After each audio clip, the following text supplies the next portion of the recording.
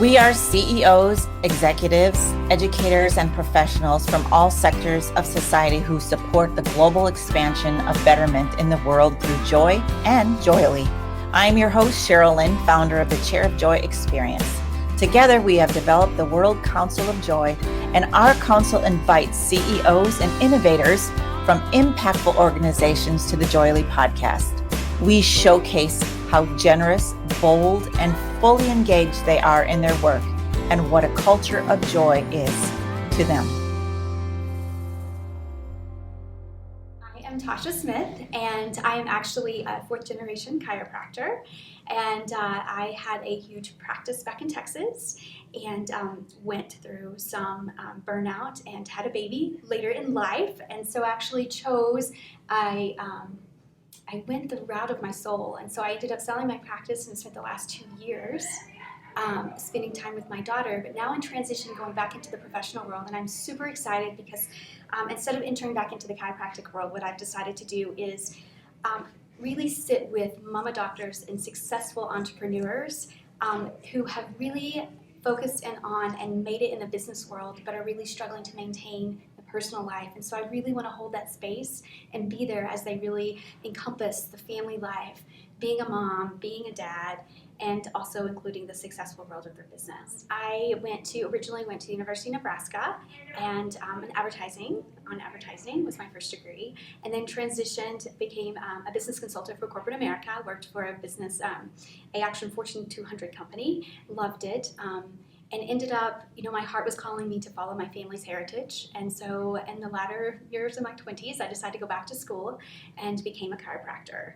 And then from there, entered into opening my own practice and had my own business for 7 years and loved it. And, the question in regards to when I went to school, what did I want to become, and is it what I was doing? You bet, 100%. It's interesting, though, how life is truly a journey and how it's okay to make changes along the way. My first career, advertising, I love it. It's actually helped me through all of my careers in the marketing component. Then as I transitioned into the chiropractic world, I got to be a part of so many amazing patients and heal so many. My specialty was brainstem injury, so I dealt with a lot of severe cases. I'm very blessed to have done that. And then, but understanding from a doctor's perspective how hard and intense that is, and I wasn't prepared for trying to hold the space of being a doctor, being a business owner, and then also becoming a mom. So interesting enough, I had been in practice about 1 to 2 years, and I was very blessed. I ended up having a waiting list practice, and so we had about a 6-month waiting list. It was something that as entrepreneurs, we always dream of, is to be in that position. But what I wasn't prepared for in that moment in time is what I had to give to my practice and also had to give to my patients. And in the process of all that, I became a mama. And really, that's when my life changed. And to this day, I speak of, it's amazing. They say that you never know until you have a little one and you hold them in your arms for the first time. And I want to say, really, that's when my life changed. Is the moment I held her, I really realized there was something more that I wanted to do with my life other than just chase success.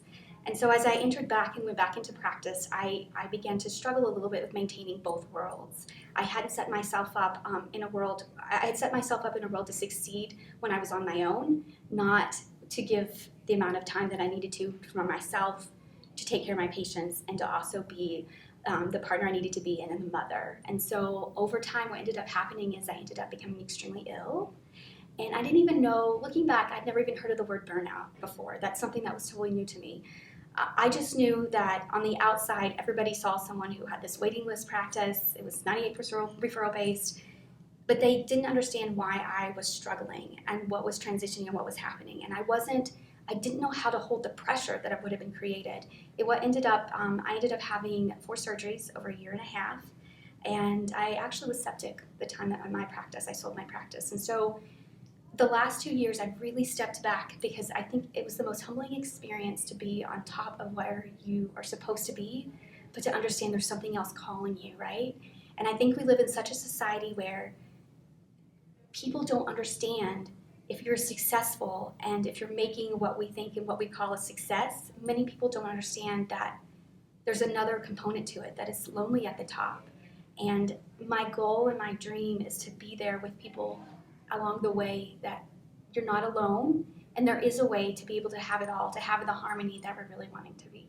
Where I am now is I'm actually transitioning back into the career space.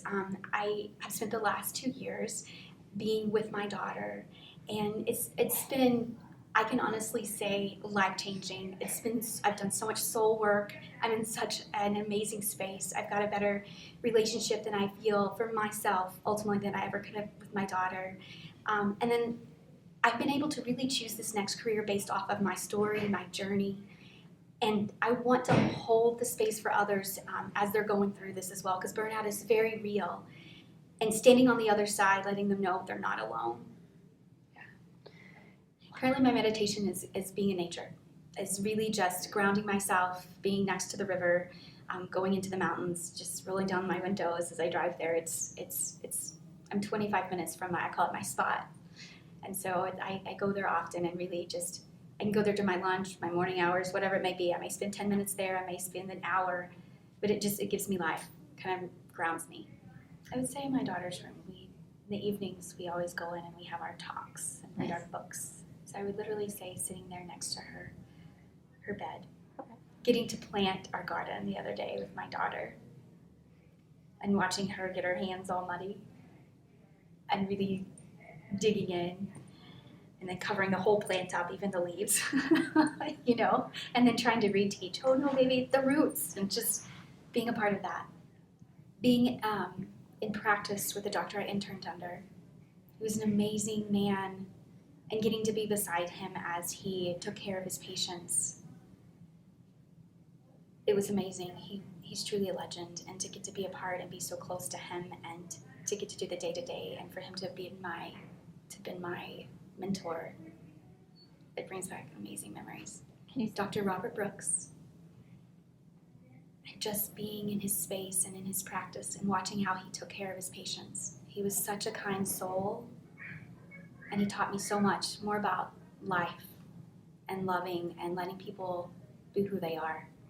Something that he said to me that was extremely profound is to really respect people where they are and to love them where they're at.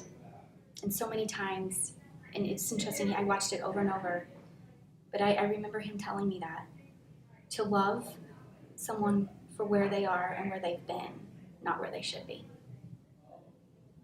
And it really hit home, and actually, even that small, simple statement made me a better doctor. Pure joy, it really does. Just real, authentic, pure joy. It really was. So many people are looked up to in the professional world, whatever that may be, because of their status quo, what they've done, what they've achieved. He had that, but what he had inside was deeper. He loved people for who they were, and he traveled the country and talked to doctors all over about taking care of people, because we forget about that a lot of times. And that was his mission. His mission was to see and to love everyone. Just being reminded how important it is to sit in joy and to reflect on the things that have brought us that. I think so many times we get so caught up in the fast pace of life and chasing down careers and to-dos. And sometimes you even have more important things, and your soul is calling you just to sit still, breathe in, meditate, and feel and reflect on what has brought you life.